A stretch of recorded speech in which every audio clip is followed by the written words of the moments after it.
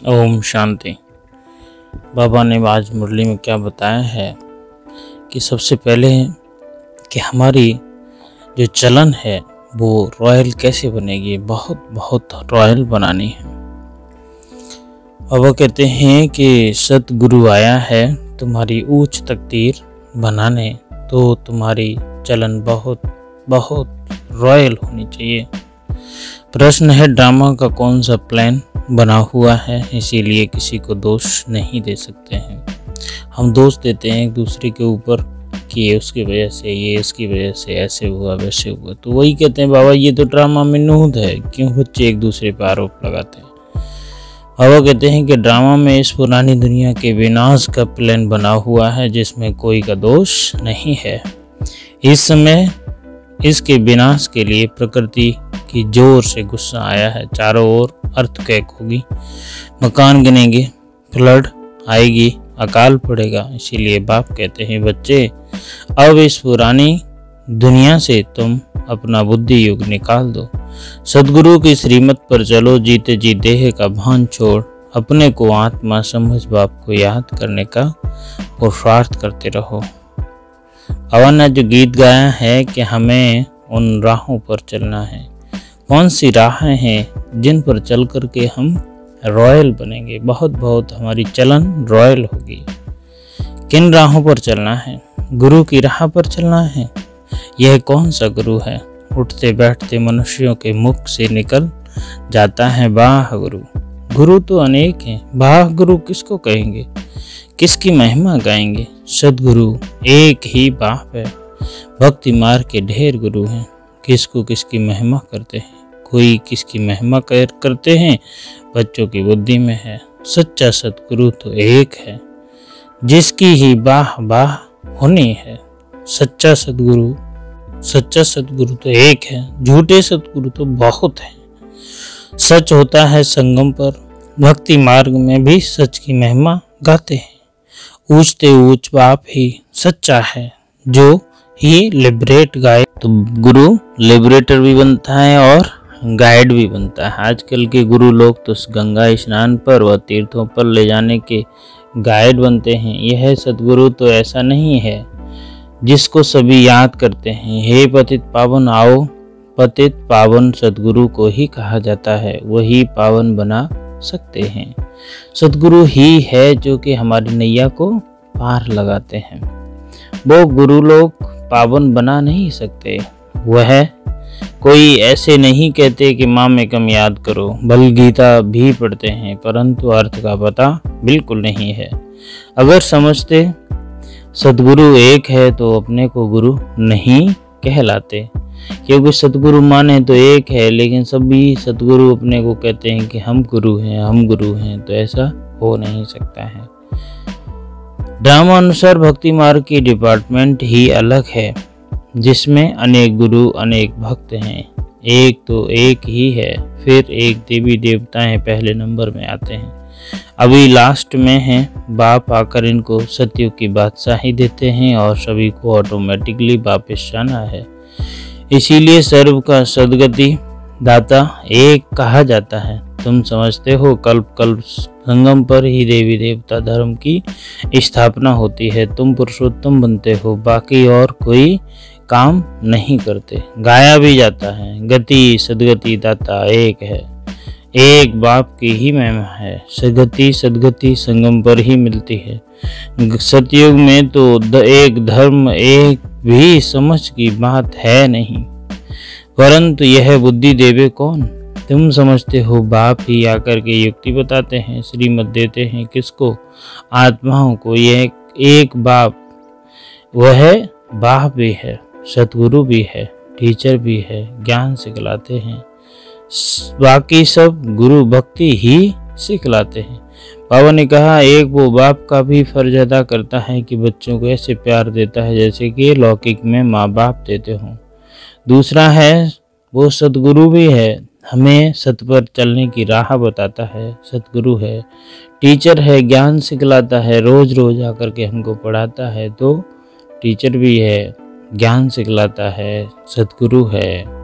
बाप के ज्ञान से तुम्हारी सदगति होती है। ईश्वर के ज्ञान से तुम्हारी क्या सतगति होती है। फिर इस पुरानी दुनिया में चले जाते हैं। तुम्हारी यह बेहद का संन्यास भी है। बाप ने समझाया है, अभी 84 जन्मों का चक्र तुम्हारा पूरा हुआ है। अब यह दुनिया खत्म होनी है। जैसे कोई बीमार सीरियस होता है तो कहेंगे अब यह तो जाने वाला है, उसको याद क्या करेंगे, शरीर खत्म हो जाएगा, बाकी आत्मा तो जाकर दूसरा जन्म ले लेती है। उम्मीद टूट जाती है। बंगाल में जब देखते हैं उम्मीद नहीं है तो गंगा पर जाकर डुबोते हैं कि प्राण निकल जाएं। मूर्तियों की भी पूजा कर फिर जाकर के कहते हैं डूब जा डूब जा।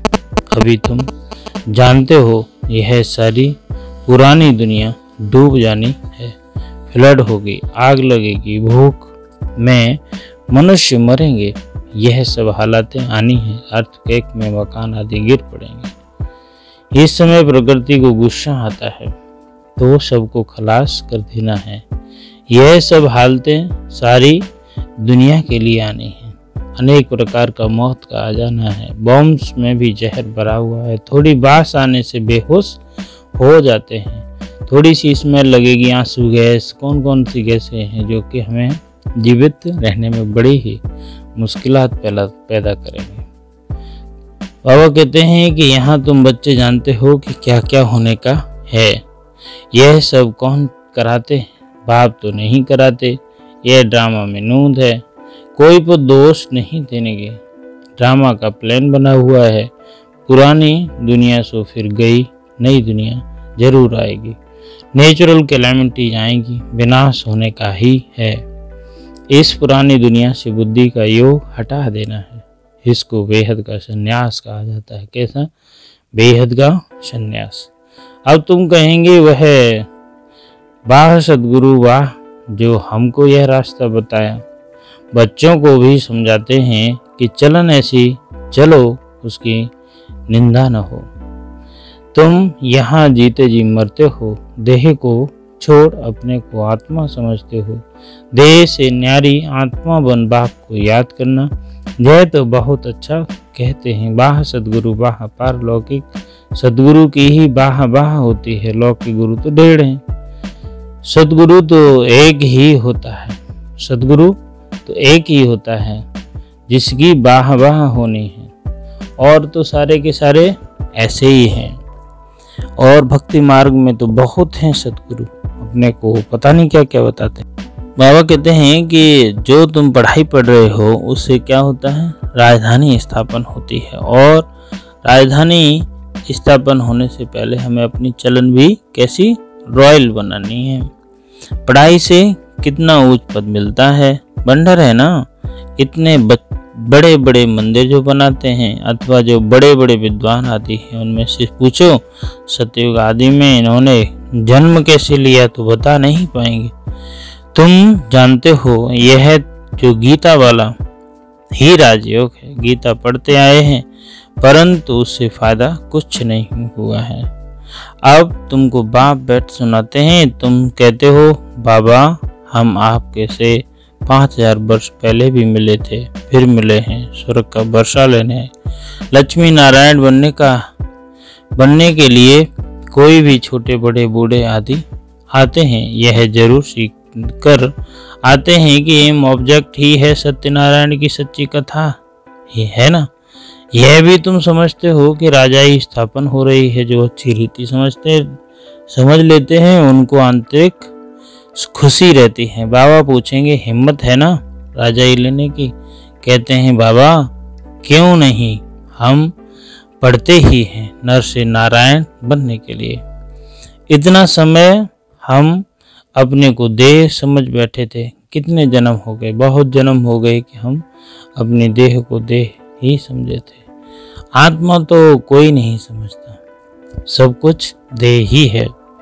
घड़ी घड़ी अपने नाम स्वरूप में फंस पड़ते हैं। हम बार बार उसी में रह जाते हैं। बाप कहते हैं इस नाम रूप से न्यारा होना है।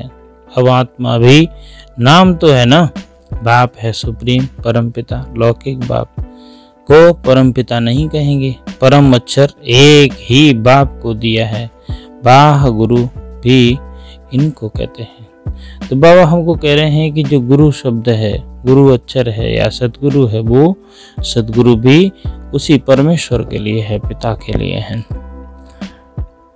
धारणा के लिए पॉइंट है कि इस देह के नाम रूप से न्यारा होकर के देही अभिमानी बनना है, ऐसी चलन नहीं चलनी है जो सतगुरु की निंदा हो। माला का दाना बनने के लिए बहुतों को पाप समान बनाने की सेवा करनी है, आंतरिक खुशी में रहना है। हम राजाई लेने के लिए पढ़ रहे हैं, यह पढ़ाई है ही नर से नारायण बनने की। वरदान है कल्याणकारी वृत्ति द्वारा सेवा करने वाले सर्व आत्माओं की दुआओं के अधिकारी भव। कल्याणकारी वृत्ति सेवा के द्वारा यही सर्व आत्माओं की दुआएं प्राप्त करने का साधन है। जब लक्ष्य रहता है कि हम विश्व कल्याणकारी हैं तो कल्याण का कर्तव्य, जब लक्ष्य रहता है कि हम विश्व कल्याणकारी हैं तो अकल्याण का कर्तव्य हो नहीं सकता। जैसा कार्य होता है वैसे अपनी धारणाएं होती हैं। अगर कार्य याद रहे तो सदा रहमदिल, सदा महादानी रहेंगे। हर कदम में कल्याणकारी वृत्ति से चलेंगे, मैंपन नहीं आएगा, निमित्तपन याद रहेगा। ऐसे सेवाधारी को सेवा के रिटर्न में सर्वात्माओं की दुआओं का अधिकार प्राप्त हो जाता है। आज का जो स्लोगन है कि साधनों की आकर्षण साधन को खंडित कर देती है। साधन भी कभी ज्यादा हो जाते हैं जिसमें हम फंस करके अपनी साधना को भुला देते हैं। ओम शांति। रॉयल चलन होनी चाहिए लेकिन रॉयल्टी में नहीं फंसेंगे तो ही बाबा के पास पहुंचेंगे।